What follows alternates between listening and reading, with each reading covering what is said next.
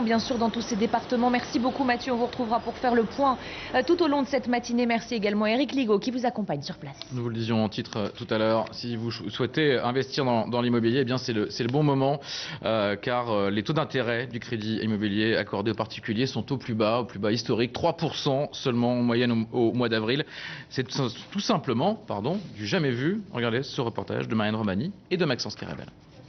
Cette baisse des taux d'intérêt des crédits immobiliers est une bonne nouvelle pour Raphaël.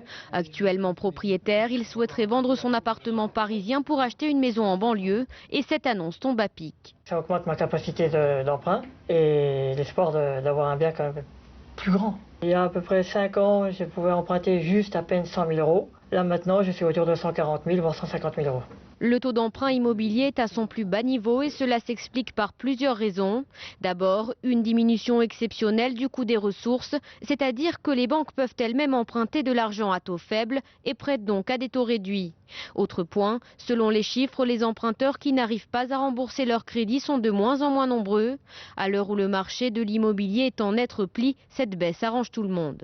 Des vendeurs qui actuellement ont beaucoup de difficultés à trouver preneurs et à comprendre également que les prix sont un peu en train de diminuer.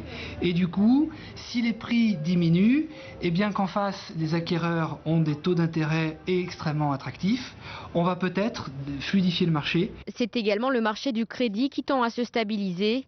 L'an dernier, le nombre d'emprunts accordés par les banques s'était effondré de 26%.